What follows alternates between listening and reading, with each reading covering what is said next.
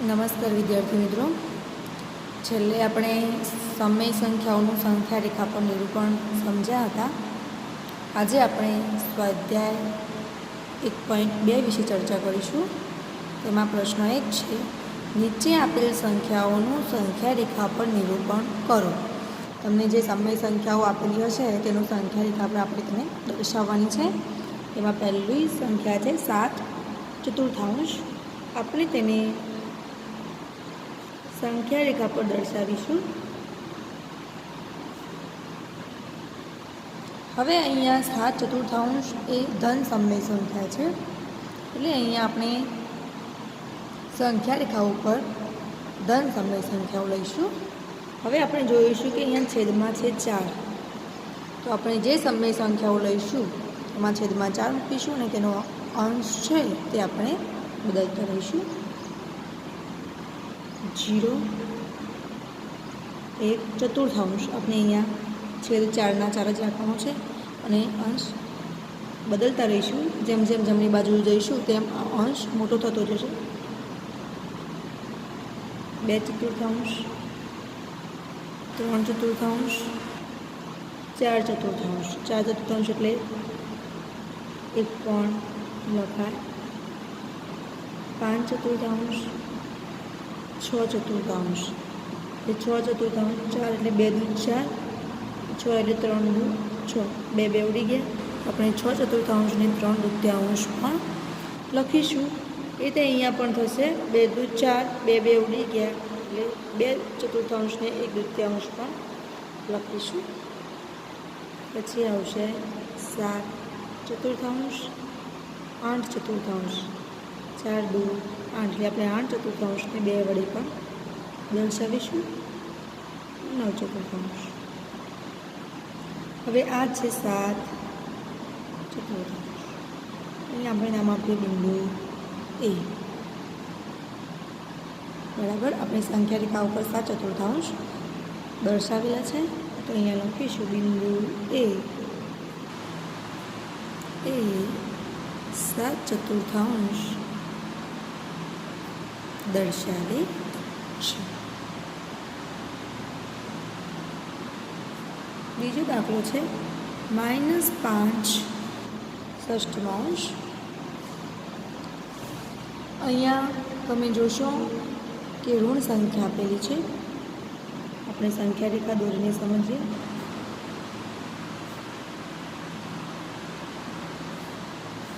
ઋણ સંખ્યા છે એટલે આપણે ડાબી બાજુ જઈશું સંખ્યા રેખામાં અને બધી ઋણ સંખ્યાઓ લઈશું. અહીંયા છેદમાં 6 છે એટલે આપણે છેદમાં 6 રાખીશું અને અંશ બદલતા રહીશું. 0, -1/6, -2/6 અને 6 એટલે 3 દૂ 6, તો 2 ઉડી ગયા, તો -2/6ની જગ્યાએ આપણે -1/3 પણ લખી શકાય. -3/6. ફરીથી અહીંયા છેદ ઉડશે. 3 દૂ 6, 3 ઉડી ગયા, અહીંયા ઉપર કશું નથી એટલે -1 અને છેદમાં વધ્યા 2, તો -3/6ને આપણે -1/2 વડે પણ લખી શકીએ. -4/6. ફરીથી 3 દૂ 6 અને 2 દૂ 4, 2 ઉડી ગયા, તો ઉપર વધ્યા -2 અને નીચે વધ્યા 3, -2/3 પણ લખાય. -5/6, -6/6. 6 ઉડી ગયા તો વધ્યો -1, તો તેને -1 વડે પણ દર્શાવી શકાય. -7/6. તો આપણે અહીંયા દર્શાવવાનું છે -5/6. તો અહીંયા -5/6 આપેલા છે. અહીંયા આપણે બિંદુ બી દર્શાવીએ તો લખી શકીએ બિંદુ બી એ -5/6 દર્શાવે છે. હવે પ્રશ્ન 2 છે,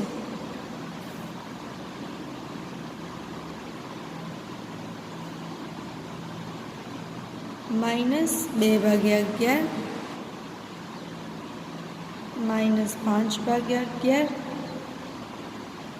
અને -9/11 ને સંખ્યા રેખા પર દર્શાવો.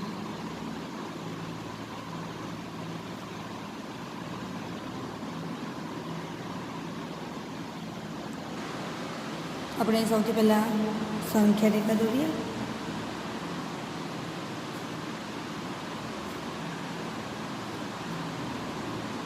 તમે અહીંયા જોશો કે જે સંખ્યાઓ દર્શાવવાની છે તે બધી જ ઋણ સંખ્યાઓ છે. એટલે આપણે અહીંયા સંખ્યા રેખામાં ધન સંખ્યાઓ લઈશું તો ચાલશે, પણ ના લઈએ તો પણ ચાલશે, જેથી કરીને આપણે અંદર બધી સંખ્યાઓ સમાવી શકીશું. હવે બધી જ ઋણ સંખ્યાઓ છે ને બધાની છેદમાં 11 છે, તો આપણે અહીંયા છેદમાં 11 રાખીશું અને અંશ છે એ બદલતા રહીશું. 0 -1/11 -2/11 -3/11 -4/11 -5/11 -6/11 -7/11 -8/11 -9/11 -10/11. હવે આપણે જે સંખ્યાઓ હતી તે દર્શાવીએ. પહેલી છે -2/11, તો આ છે -2/11, અહીં આપણે દર્શાવીએ બિંદુ એ. બીજી છે -5/11, તો આ છે -5/11, આપણે દર્શાવીએ બિંદુ બી. ત્રીજી છે -9/11, તો આ છે -9/11, ત્યારથી આપણે બિંદુ સી લાપડી લખીએ. તો અહીંયા લખી શકાય અહીં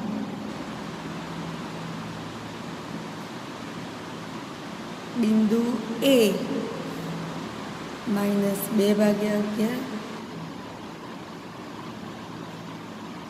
બિંદુ બી એ -5/11 અને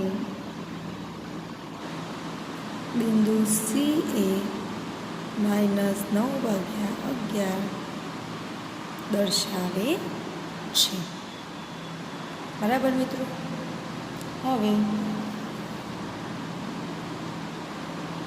પ્રશ્ન 3 છે. 2 થી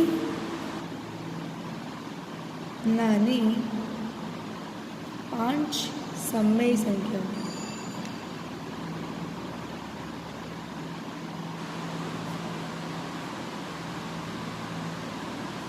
હવે 2 થી નાની 5 સમય સંખ્યાઓ લખવાની છે. સમય સંખ્યાઓ એટલે અંશ અને છેદ સ્વરૂપે આવવા જોઈએ. બરાબર. હવે 2 થી નાની સમય સંખ્યા તમારે લેવી હોય તો સૌથી પહેલાં આપણે સંખ્યા રેખા દોરીએ.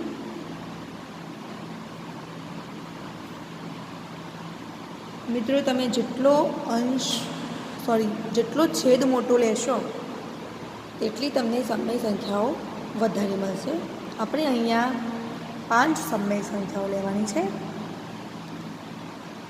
દાખલા તરીકે આપણે છેદમાં લઈશું 10 અને બધી જ સમય સંખ્યાઓ લઈએ.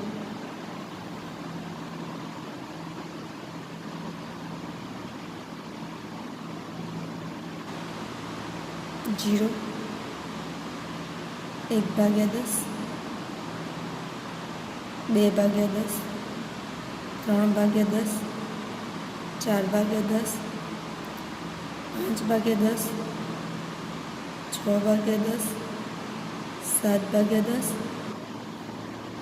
અને અહીંયા દાખલા તરીકે હું લઉં છું 17/10, એટલે કે 7/10 થી 17/10 સુધીની તમામ સંખ્યાઓ અહીંયા અંદર આવશે નહીં, એટલા માટે મેં વચ્ચે ટપકા સ્વરૂપે દર્શાવ્યું છે. 18/10 19/10 અને 20/10. હવે જુઓ 20/10 કેમ લીધું?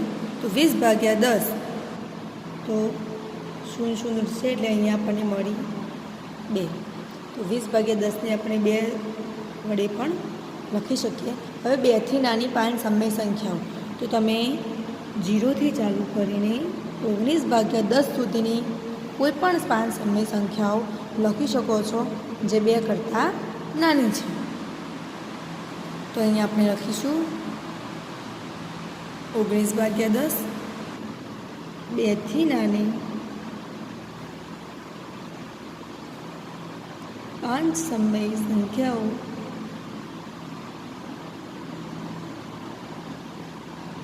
ઓગણીસ ભાગ્યા 10, 18/10, 17/10, તેની આગળ આવશે 16/10. તમે 16/10 ના લખો અને તેના વગર આ બધી સંખ્યાઓ લખશો તો પણ ચાલશે. તે બધી જ 2થી નાની છે. અને 15/10 છે. થઈ ગઈ મિત્રો 5 સંખ્યાઓ. તમે 5 કરતાં વધુ સંખ્યાઓ પણ લખી શકો છો. હવે પ્રશ્ન 4 છે, -2/5 અને 1/2 વચ્ચે આવતી 10 સમય સંખ્યાઓ.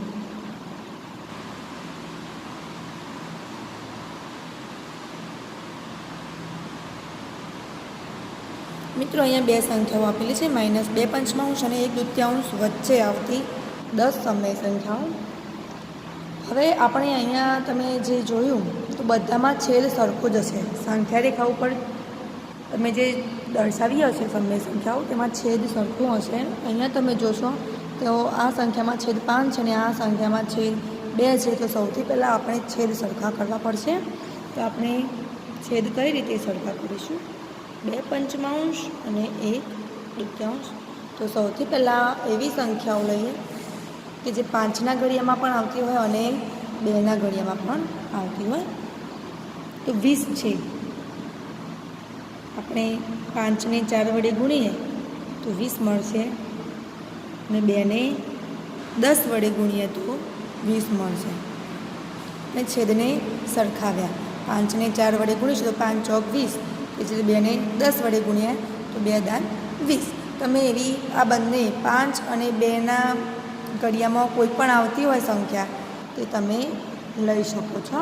હવે આપણે છેદને 4 વડે ગુણ્યો છે તો આપણે અંશને પણ 4 વડે ગુણવો પડશે. અહીંયા અંશ છે -2, તેને પણ 4 વડે ગુણીએ તો -4 દુ 8 અને 5 ચોક 20. અને હવે અહીંયા 2ને 10 વડે ગુણ્યો તો તમને 20 મળે. તો ઉપર અંશને પણ 10 વડે ગુણવું પડશે. તો 10 એકા 10 અને 10 દુ 20. હવે આપણે સાદુરૂપ આપીએ તો સૌથી પહેલાં આ 2 સંખ્યાઓ હવે બંનેના છેદ સરખા થઈ ગયા છે. તો આપણે તેને સંખ્યા રેખા ઉપર દર્શાવીએ.